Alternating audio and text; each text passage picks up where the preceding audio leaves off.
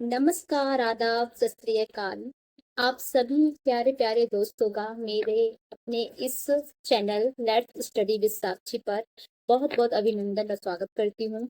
दोस्तों, मैं हूँ साक्षी और कल हमने आपके साथ मिलकर UGC net and assistant professor का हिंदी विषय का सेकंड पेपर का पूरा सब्जेक्ट का पूरा सिलेबस हमने डिस्कस किया था। मैंने आपको पूरा पाठ्यक्रम समझाया था, जिसमें मैंने बताया था कि हमें 10 यूनिट पढ़नी होती हैं। उस 10 यूनिट्स में से मैं आपको फर्स्ट यूनिट का कंटेंट आज लेकर आई हूँ। दोस्तों, मैं जो कंटेंट लेकर आई हूँ वो बहुत ही आसान भाषा में, बहुत ही सरल शब्दों के साथ लेकर आई हूँ ताकि आप लोगों को समझने में बहुत आसानी हो। दोस्तों, ये कंटेंट बहुत इम्पोर्टेंट है और आपके बहुत काम आने वाला है। तो चलिए हम स्टार्ट करते हैं अपनी ये आज की वीडियो। उससे पहले एक मोटिवेशनल थॉट जो कि मैं आप लोगों के लिए लेकर आई हूँ, प्लीज आप ध्यान से सुनिएगा। वक्त से लड़कर जो नसीब बदल दे, वक्त से लड़कर जो नसीब बदल दे, इंसान वही है जो तकदीर बदल दे। कल क्या होगा कभी मत सोचो दोस्तों, क्या पता वक्त खुद अपनी तस्वीर बदल दे। आई होप कि आपको पसंद आया होगा। इसी जोश और उत्साह के साथ हम अपनी आज की वीडियो शुरू करते हैं। चलिए फिर आते हैं अपनी वीडियो पर। दोस्तों, हमारा फर्स्ट यूनिट जो है वो है हिंदी की ऐतिहासिक यात्रा और भाषा का कालक्रम। दोस्तों, हमारी जो भाषा हिंदी है वो कहाँ से आई है, कैसे उसका उद्भव हुआ, जन्म हुआ, कैसे हम यहाँ तक पहुंचे हैं और इसकी बहनें कौन कौन हैं भाई, तो ये भी आपको बताना पड़ेगा। हम हर एक टॉपिक को बहुत ही आसान भाषा में समझेंगे। दोस्तों, हमारी जो हिंदी भाषा है वो रातों रात नहीं जन्मी है। हमारी जो हिंदी भाषा है ये एक दिन में या एक साल में नहीं जन्मी है दोस्तों। ये हमारे दादा परदादा की बोली गई भाषा है ना। तो वही मैं आपको बताना चाहती हूँ कि हमारी जो हिंदी की भाषा का विकास है, हर एक भाषा का अपना एक परिवार होता है। ऐसे ही हमारी जो हिंदी भाषा है उसका विकास भारोपीय यानी कि भारत और यूरोप में बोली जाने वाली मूल रूप से जो भाषा थी उसी परिवार से इसका उद्भव माना जाता है। ये इसकी एक इम्पोर्टेंट शाखा है और इसका क्रमिक विकास अचानक नहीं हुआ है। इसका क्रमिक विकास रातों रात नहीं हुआ, बल्कि ये 3 स्पष्ट युगों और विभिन्न भाषाई परिवर्तनों के बाद अपने वर्तमान स्वरूप में पहुंची है। मतलब ये है कहने का कि पहले हमारी जो भाषा हिंदी है वो हिंदी नहीं थी। ये हिंदी अब बनी है, धीरे धीरे करके इसने हिंदी का रूप लिया है। पहले क्या भाषा थी वो भी हम जानेंगे। दोस्तों, दुनिया भर की भाषाओं को अलग अलग परिवारों में वर्गीकृत किया गया है, जिसमें हमारी हिंदी भारूपीय परिवार के अंतर्गत आती है। इसका अर्थ यह है कि प्राचीन काल में भारत और यूरोप में बोली जाने वाली भाषाएं एक ही मूल स्रोत से जुड़ी थी। हिंदी की इस ऐतिहासिक यात्रा को 3 चरणों में विभाजित और गहराई से समझा जा सकता है। कहने का ये है तात्पर्य कि हमारी जो हिंदी भाषा है उसका जो मूल उद्भव है, जो मूल गहराई है, वो भारोपीय यानी कि भारत और यूरोप में बोली जाने वाली भाषा से है। अब हमारी ये भाषा पहले प्राचीन काल में हिंदी तो थी नहीं, फिर क्या थी? तो हमारी प्राचीन भारत की आर्य भाषा जो थी वो 1500 ईसा पूर्व से 500 ईसा पूर्व तक चली और इस काल की एकमात्र भाषा थी वो थी संस्कृत, वैदिक संस्कृत। अब वैदिक संस्कृत जो थी वो भी बहुत कठिन थी। जो संस्कृत थी वो 2 रूपों में थी, एक तो वैदिक संस्कृत हो गया, दूसरा लौकिक संस्कृत हो गया। अब तो जो हमारी वैदिक संस्कृत थी वो 1500 से 1000 ईसा पूर्व तक रही। और ये कैसी थी ये बहुत कठिन थी, बहुत जटिल थी। इतनी कठिन कि इसको देवताओं की भाषा कहा जाता है, क्योंकि सभी लोग इसे बोलने में सक्षम नहीं थे। कठिन और विद्वानों की तक ही ये सीमित थी, क्योंकि जो बड़े बड़े विद्वान हुआ करते थे वही इसे बोल पाते थे, जिसमें वेदों और उपनिषदों की रचना हुई है। ये जो हमारी वैदिक संस्कृत है इसमें हमारे वेद लिखे हुए हैं, उपनिषद लिखे हुए हैं, क्योंकि ये सबसे पुरानी और सबसे प्राचीन संस्कृत थी और ये बहुत ही कठिन थी। लोग इसे का उच्चारण नहीं कर पाते थे।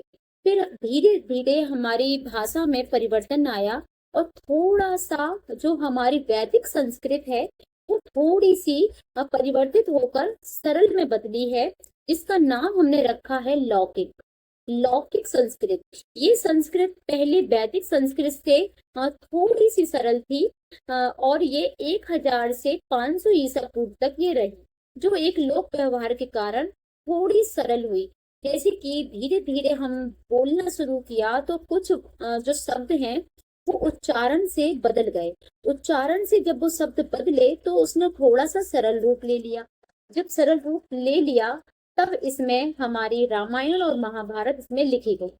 मतलब ये कि हमारे के जो वेद हैं, जो उपनिषद हैं, वो हमारी वैदिक संस्कृत में लिखे हुए हैं। आप पॉइंट जरूर नोट करिएगा। और हमारे जो महाभारत और हमारे महाभारत के साथ साथ हमारी रामायण, ये हमारी कौन सी संस्कृत में लिखी गई है? तो ये लौकिक संस्कृत में लिखी गई है। इस पॉइंट को आप याद रखेंगे, लौकिक संस्कृत में लिखी गई है। अच्छा, तो फिर हम आगे बढ़ते हैं। हमारी जो मध्यकालीन भारतीय भाषा है, मध्यकालीन मध्यकालीन भारतीय आर्य भाषा जो 500 ईसा पूर्व से 1000 ईस्वी तक रही है, यह काल भाषा के लोकतंत्रीकरण का साक्षी बना, यानी कि गवाह बना। अब नाम सुन के मत कहिएगा, गवाह बना।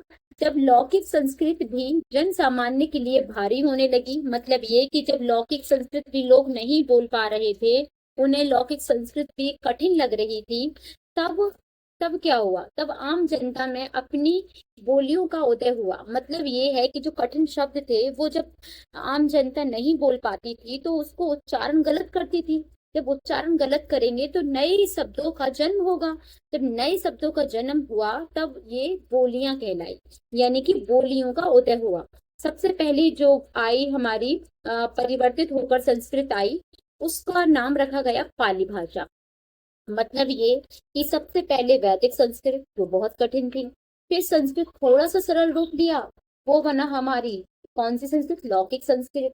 लौकिक संस्कृत भी जब हमें कठिन लगी तो उसका फिर थोड़ा सा सरल रूप आया, जिसका नाम था पाली भाषा, जिसे भारत की प्रथम देश भाषा होने का गौरव प्राप्त है। मतलब ये कि हमारी प्रथम देश भाषा कौन सी है? पाली है, जिसमें भगवान बुद्ध ने जानबूझकर संस्कृत की बजाय पाली को चुना। मतलब ये कि वो चाहते थे कि संस्कृत बहुत कठिन है तो हर कोई उनके जो जो उनके उपदेश हैं वो नहीं समझ पाएंगे, तो उनने क्या किया? पाली भाषा का प्रयोग किया। पाली भाषा थोड़ी सी सरल थी, लौकिक संस्कृत के सामने पाली भाषा बहुत सरल थी, और उनने अपने उपदेश किस भाषा में दिए? तो पाली भाषा में दिए, क्योंकि वो चाहते थे कि उनकी जो उपदेश हैं वो निर्धन से निर्धन, यानी गरीब से गरीब व्यक्ति भी उन्हें समझ सके। इसके बाद भी जो पाली भाषा है वो भी परिवर्तित हुई, क्योंकि वो भी संस्कृत, लौकिक संस्कृत के सामने भले ही वो सरल थी, पर वो भी उच्चारण की दृष्टि से थोड़ी बहुत तो कठिन होगी, जटिल होगी। फिर उसके सामने आई कौन सी भाषा? प्राकृत भाषा, जो कि पाली भाषा से का भी सरल रूप था, जो मुख्य रूप से जैन धर्मों के ग्रंथों और भगवान महावीर के संदेशों की वाहक बनी। मतलब जो महावीर स्वामी हैं, भगवान महावीर, उनने क्या किया? अपने जो संदेश दिए हैं, उपदेश दिए हैं, वो सारे के सारे प्राकृत भाषा में दिए हैं। अपभ्रंश, अब ये अपभ्रंश कहाँ से आता है? तो अपभ्रंश का अर्थ होता है बिगड़ा हुआ रूप। मतलब कि जब कोई चीज भ्रष्ट रूप ले ले या बिगड़ जाए उसका रूप, बोलते बोलते शब्द कोई अलग ही शब्द बन जाए, तो उसको बोलते हैं अपभ्रंश। हमने कोई शब्द बोला, वो लोग उच्चारण की दृष्टि से उससे गलत करने लगे। जब गलत करेंगे तो कुछ नया शब्द लेंगे, जब नया शब्द लेंगे तो इसी तरह जो हिंदी भाषा का जो रूप है वो धीरे धीरे करके बिगड़ता चला गया। इस बिगड़े हुए रूप को ही क्या कहते हैं हम? अपभ्रंश। जब प्राकृत भाषा जो थी वो जन सामान्य में बोलते बोलते क्या हुई? काफी बदल गई। जब वो काफी बदल गई, परिवर्तित हो गई, तब वो क्या कहलाई? अपभ्रंश। मतलब बोलते बोलते उसमें परिवर्तन आ गया, शब्द बदल गए। किसी शब्द को कुछ बोलते थे, फिर वो बदलते बदलते किसी और रूप में आ गए, तो उसको क्या कहते हैं हम? अपभ्रंश। यही अपभ्रंश हमारी आधुनिक हिंदी की मूल आधारशिला है। मूल आधारशिला का मतलब क्या हुआ? हमारी जननी है, हमारी जो हिंदी भाषा है उसकी माता है। ठीक है। अपभ्रंश की ठीक बाद के संक्रमण कालीन दौर 900 से 1100 ईस्वी को अबहट भी कहा गया, जिसमें महाकवि विद्यापति ने कीर्तिलता की रचना की। अब कीर्तिलता की रचना किसने की? तो महापति, जो हमारे विद्यापति जी हैं, उन्हें। दोस्तों, आप बिल्कुल भी बोर मत होइएगा, क्योंकि ये भाषा जो है थोड़ी सी आपको लगेगी पढ़ने में और सुनने में, पर हम इसको बहुत सरल बना के पढ़ रहे हैं। और अगर आप ऐसे ही बने रहे तो हम पूरी वीडियो लास्ट तक समझेंगे। अब आती है हमारी आधुनिक भारतीय आर्य भाषा। हमारी आधुनिक भारतीय आर्य भाषा जो कि 1000 ईस्वी से अब तक चल रही है। अपभ्रंश और अपहट की कोख से ही 1000 ईस्वी के आसपास प्राचीन हिंदी का उदय हुआ। प्राचीन, आप इसको नोट करेंगे, प्राचीन हिंदी का उदय कब हुआ? तो 1000 ईस्वी के आसपास हमारी प्राचीन हिंदी का उदय हुआ। इसी समय देश के विभिन्न क्षेत्रों में हिंदी के साथ साथ उसकी समकालीन बहनें, हमारी जो हिंदी है उसकी बहनों का भी जन्म हुआ। और उसकी बहनें कौन थी? उसकी बहनें जैसे मराठी, गुजराती, बंगाली, पंजाबी, ये सब हमारी हिंदी भाषा की ही बहनें कही जाती हैं। अपनी स्वतंत्र पहचान बनाने में लग गई और उनकी एक स्वतंत्र पहचान बन गई।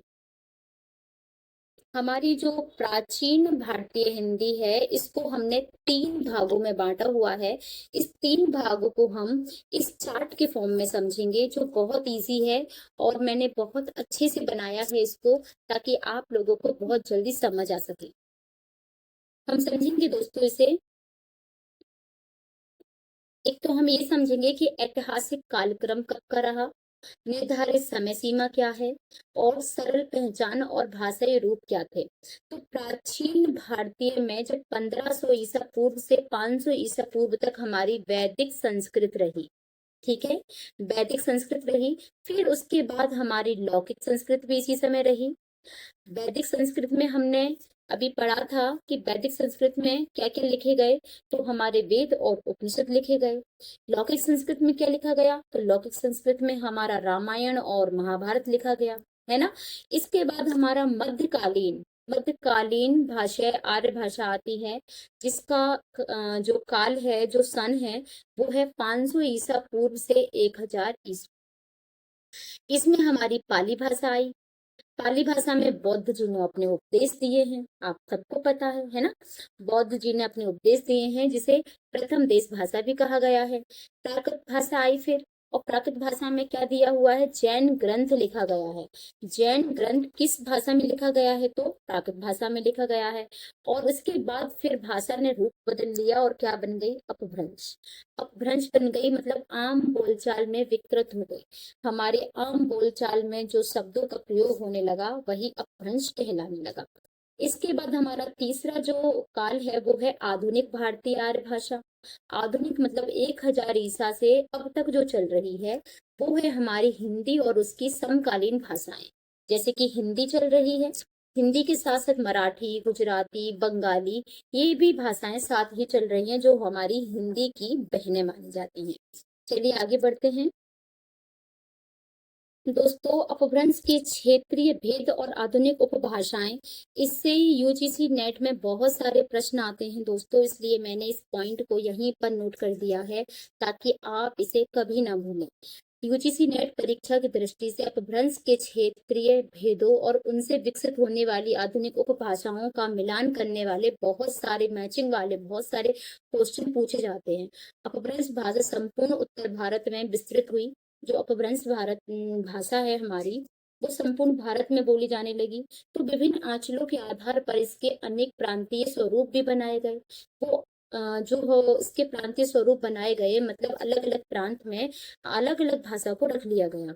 मराठी, गुजराती, ये सारी भाषा इसकी जो बहनें हैं वो भी अलग अलग प्रांतों में बोली जाने लगी, लेकिन सबसे अधिक बोलने वाली जो भाषा है हमारी वो हिंदी ही फैली हुई है।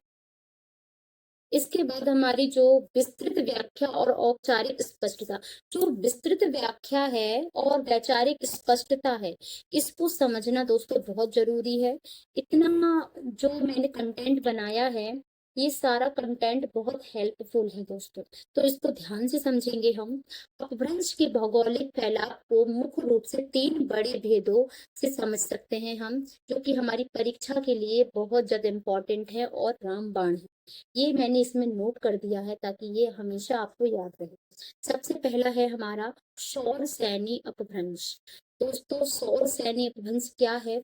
तो यह प्राचीन सूरसैन, जो सूरसैन जनपद मथुरा और उसके आसपास के जो मध्य देशीय क्षेत्र थे, वहां पर जो भाषा बोली जाती थी उसी को सूरसैनी कहते थे। केंद्रीय अवस्थिति के कारण इसके सर्वाधिक उपभाषाएं निकली, मतलब इनको जब आसपास बोला जाने लगा तो इनके इससे कुछ उपभाषाएं जन्म लेने लगी, शब्द बदलने लगे, उपभाषाएं जन्म लेने लगी, जिनमें पश्चिमी हिंदी, राजस्थानी हिंदी और पहाड़ी हिंदी तथा गुजराती हिंदी शामिल हो गई। इसके बाद हमारा दूसरा है अर्धमगधी अपभ्रंश। यह है सौर सैनिक पश्चिम और मगधी, मगधी के पूर्व में मध्य का भूभाग था, मतलब उस समय पश्चिम और मगध के पूर्व में जो भाषा बोली जाती थी, जो बीच में दब के रह गई थी, उसी को कहते हैं हम अर्धमगधी। ठीक है, अर्धमगधी यानी कि आज का जो अवध है और पूर्वी उत्तर प्रदेश का जो क्षेत्र है, इसी के नाम से स्पष्ट है कि यह आदि मगधी है। इससे हमारी आधुनिक पूर्वी हिंदी का जन्म हुआ, मतलब कुछ हमारा पूर्वी क्षेत्र, कुछ हमारा पश्चिमी क्षेत्र, बीच में रह गया मगध। जो बीच में मगध रह गया उसी को हमने अर्धमगधी कहा, क्योंकि वो आधा क्षेत्र था। इसके बाद हमारी जो हिंदी है पूर्वी हिंदी, इसी से जन्मी है।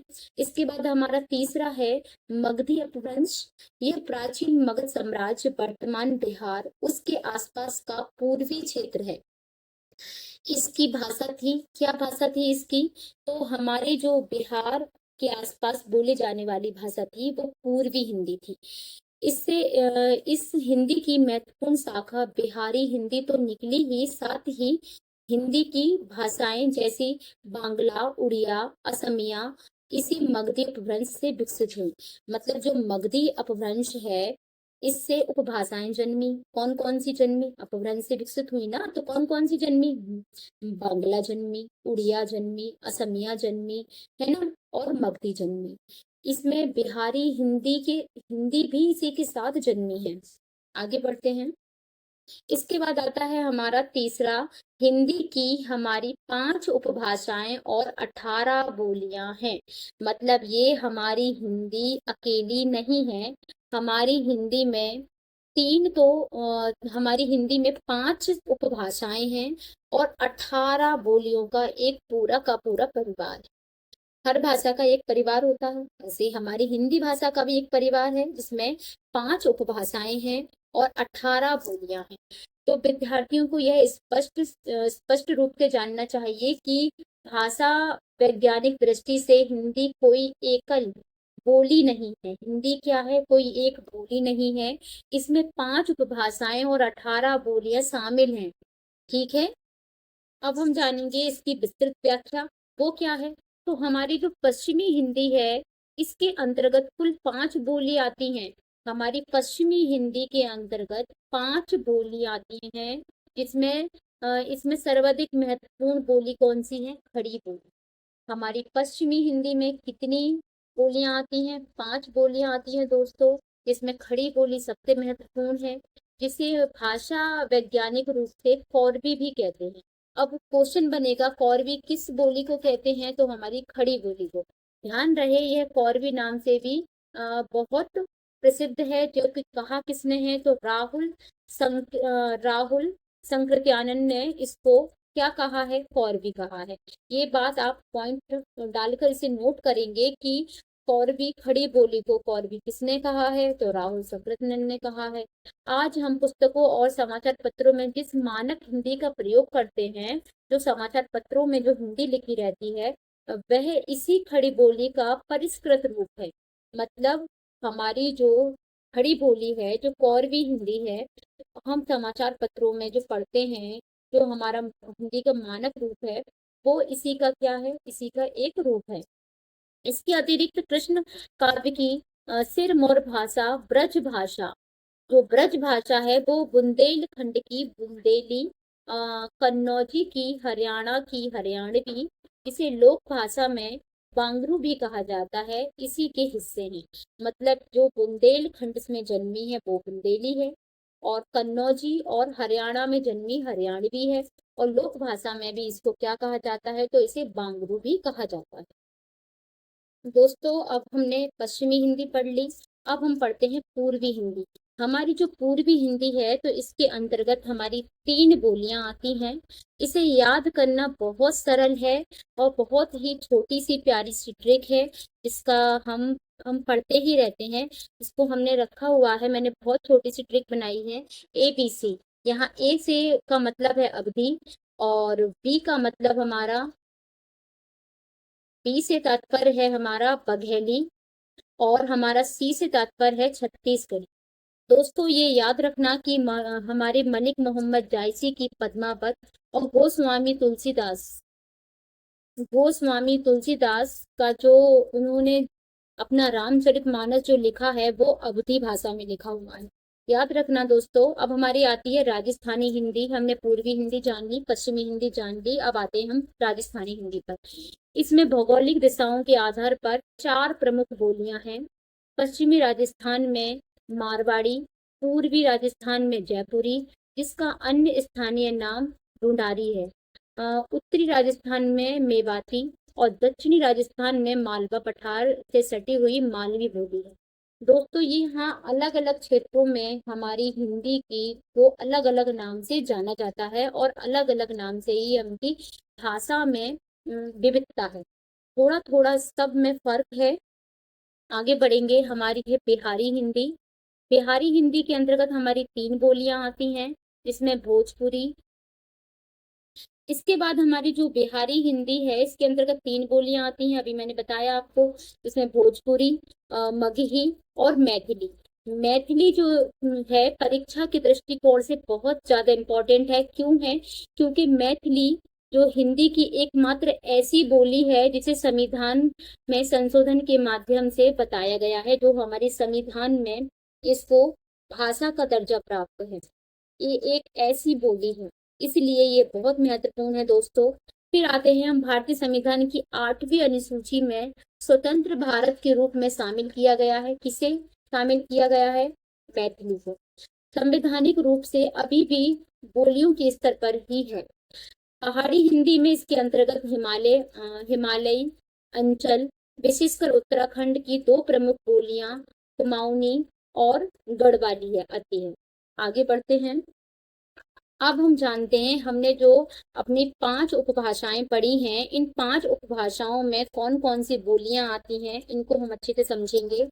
तो जानते हैं, हमारी पश्चिमी हिंदी है, जो सूर सैनी से इसका उद्भव हुआ है। इसमें खड़ी बोली, ब्रज भाषा, बुंदेली, कन्नौजी, हरियाणवी और बांगरू, इसको हरियाणवी को ही हम बांगरू कहते हैं। दूसरा है हमारी पूर्वी हिंदी, जो अर्ध मगधी से जन्मी है, जिसमें अवधी, बघेली और छत्तीसगढ़ी। इसकी याद रखने की ट्रिक आपको मैंने बताई थी, ABC। तीसरी है हमारी राजस्थानी, जिसमें सूरसैनी से जन्मी है, मारवाड़ी, जयपुरी, ढूंढारी, मेवाती और मालवी। ये हमारी किसमें आती है? राजस्थानी में। फिर है हमारी बिहारी हिंदी, जो मगधी से जन्मी है, और इसमें भोजपुरी, मगही, मैथिली, जो कि मैथिली 8वीं अनुसूची में शामिल है। फिर आती है हमारी पहाड़ी हिंदी, जो सूरसैनी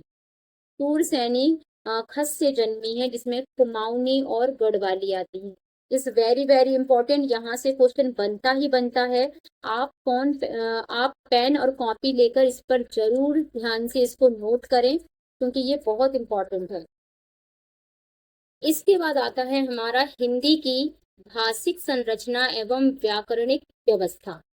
वर्णों के उच्चारण और स्वर तंत्रियों की क्रियाशीलता के आधार पर ध्वनि विज्ञान के नियम नेट परीक्षा के प्रश्न पत्र में अनिवार्य ही होते हैं दोस्तों। इसे रटना नहीं है, इसे हमें सिर्फ और सिर्फ समझना है, क्योंकि यहाँ से प्रश्न बनते ही बनते हैं।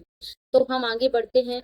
अब हम पढ़ते हैं जो हमारे घोष और अघोष, इनको पढ़ते हैं। जो अघोष वर्ण होते हैं हमारे दोस्तों, अघोष वर्ण, अघोष वर्ण में आ का जो अर्थ है वो अरहित, घोष का अर्थ है यानी कि नाद या गूंज, अर्थात इन जिन ध्वनियों के उच्चारण में हमारी स्वर तंत्रिका में कोई कंपन या भारी गूंज उत्पन्न नहीं होती है, वो अघोष कहलाती है।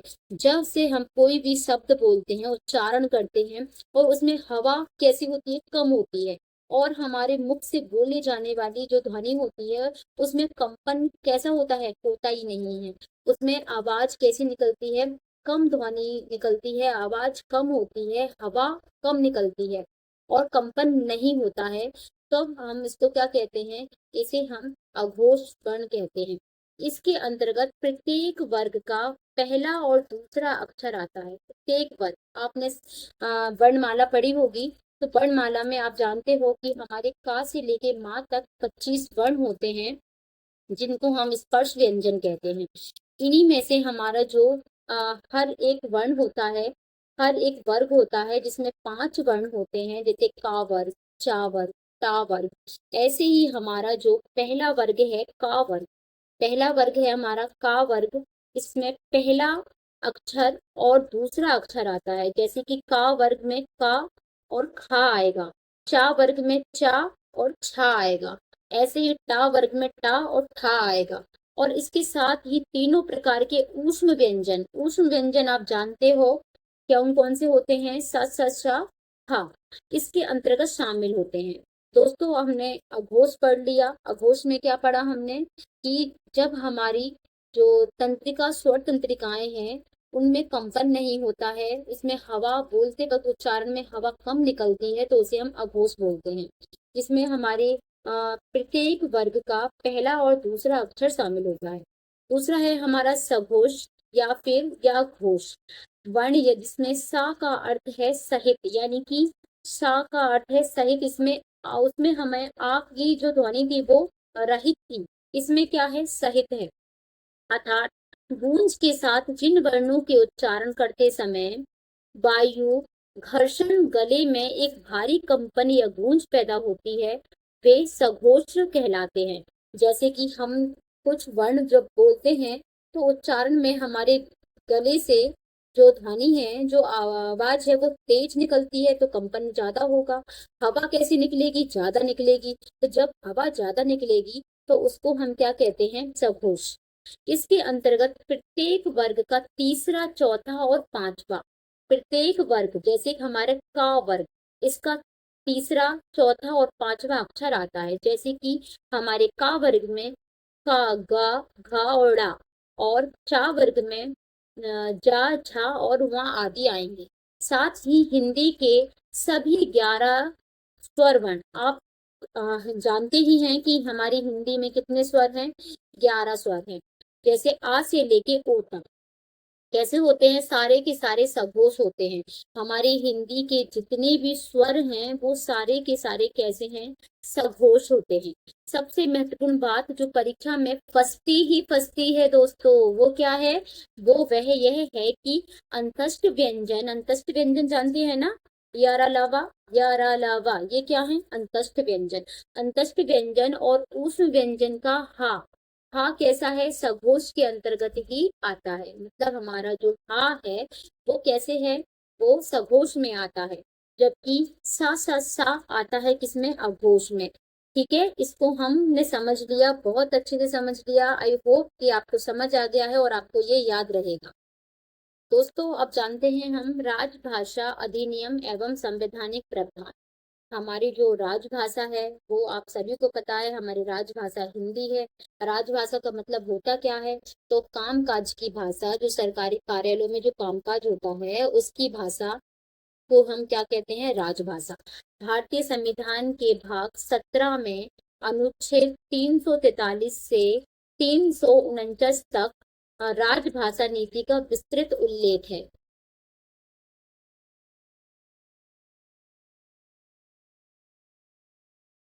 विस्तृत उल्लेख है। परीक्षा में यहाँ से अनुच्छेद के प्रावधान से प्रश्न बनते ही बनते हैं दोस्तों। अब हम अनुच्छेद को समझेंगे। हमारे जो संविधान में जो अनुच्छेद है, इसमें हमारा जो अनुच्छेद 343 इज वेरी वेरी इंपॉर्टेंट। 343 के 1 मतलब भाग 1 में यह स्पष्ट रूप से बताया गया है कि हमारे भारत की संघ की राजभाषा क्या है, हिंदी है, और इसकी जो लिपि है वो कैसी है, देवनागरी है। मतलब ये हमारे संविधान में लिखित रूप से प्रमाणित है कि हमारी राजभाषा, हमारे कामकाज की भाषा हिंदी है, और उसकी जो लिपि है वो कैसी है, देवनागरी है। यहाँ सबसे बड़ा वैचारिक अंतर को ध्यान में रखकर संविधान में राजभाषा का शब्द का प्रयोग किया गया है, ना कि राष्ट्रभाषा। क्योंकि हमें ये समझना होगा कि हिंदी हमारी कैसी भाषा है, राजभाषा, न कि राष्ट्रभाषा। हमारी राष्ट्रभाषा का दर्जा अभी हमारी हिंदी को नहीं मिला है, क्योंकि अभी हमारी कोई भी राष्ट्रभाषा नहीं है। हमारी राजभाषा है, और वो भी कौन सी है, हिंदी, और इसकी लिपि क्या है, देवनागरी। राजभाषा का विविध अर्थ होता है राजकाज अथवा सरकारी कामकाज की भाषा। जो कि भारत एक बहुभाषी राष्ट्र है, इसमें बहुत सारी भाषाएं चलती हैं। इसीलिए भाषाई संतुलन बनाए रखने के लिए किसी भी भाषा को विधिक रूप से राष्ट्रभाषा घोषित नहीं किया गया है। क्यों नहीं किया है? क्योंकि भाई हमारे भारत में इतनी सारी भाषाएं हैं, इतने सारे प्रांत हैं, इतने सारे भाषा बोलने वाले लोग हैं। अब अगर एक भाषा को अगर राष्ट्रीय भाषा घोषित कर दिया तो बाकी लोग तो वो नाराजगी हो जाएगी। इसीलिए अभी तक हमारे गवर्नमेंट, हमारे संविधान में किसी भी भाषा को राष्ट्रभाषा का दर्जा नहीं मिला है, सिर्फ राजभाषा का दर्जा मिला है, वो भी किसको, हिंदी को। अनुच्छेद 351 क्या कहता है? तो अनुच्छेद 351 कहता है कि केंद्र सरकार की एक नीति निर्देशक आदेश होता है। इसके अनुसार यह संघ का परम कर्तव्य होगा कि हिंदी भाषा का प्रचार प्रसार बढ़ाए, उसका निरंतर विकास करे, ताकि वह भारत की मिली जुली संस्कृति के प्रति तत्वों के अभिव्यक्ति का सशक्त माध्यम बन सके। मतलब यह है कि हमारा अनुच्छेद 351 कहता है कि हमारी हिंदी को आगे बढ़ाओ, हमारी हिंदी में ही हमारे सारे निरंतर कामकाज होने चाहिए, विकास होना चाहिए, प्रचार होना चाहिए, ये भाषा आगे बढ़नी चाहिए, तो ये कहता है। तो दोस्तों हमने अपनी फर्स्ट यूनिट को पूरा कवर कर लिया है। मुझे आशा है कि आप लोगों को समझ आया होगा। पूरा कंटेंट आपको दे दिया है। मैं बहुत ही महत्वपूर्ण 20 प्रश्न इसी कंटेंट से संबंधित लेकर आई हूँ, जो कि परीक्षा के लिए बहुत इंपॉर्टेंट है। चलिए हम वो सॉल्व करते हैं साथ मिलकर। तो दोस्तों पहला क्वेश्चन है हमारा,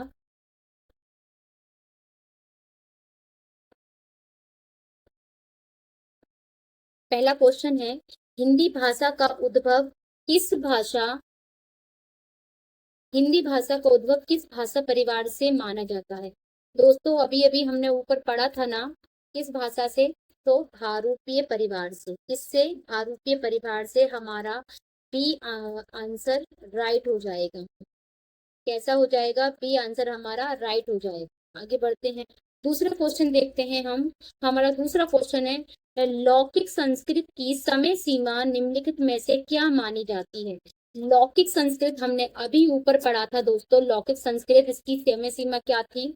1000 ईसा पूर्व से 500 ईसा पूर्व। मतलब हमारा बी आंसर एकदम राइट हो जाता है।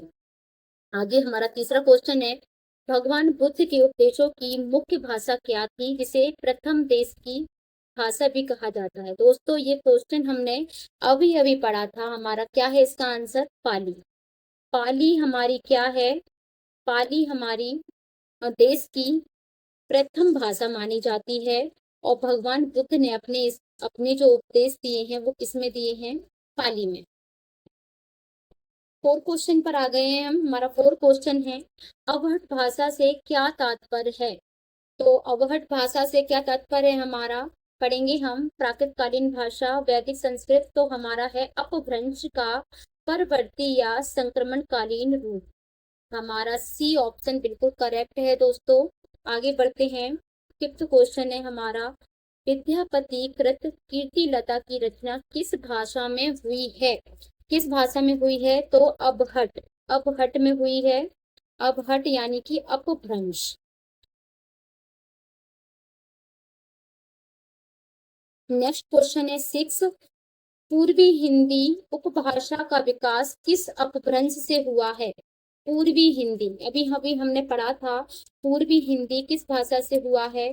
तो पूर्वी हिंदी का हुआ है हमारा अर्धमगधी। अर्धमगधी अपभ्रंश, ये एकदम करेक्ट आंसर है।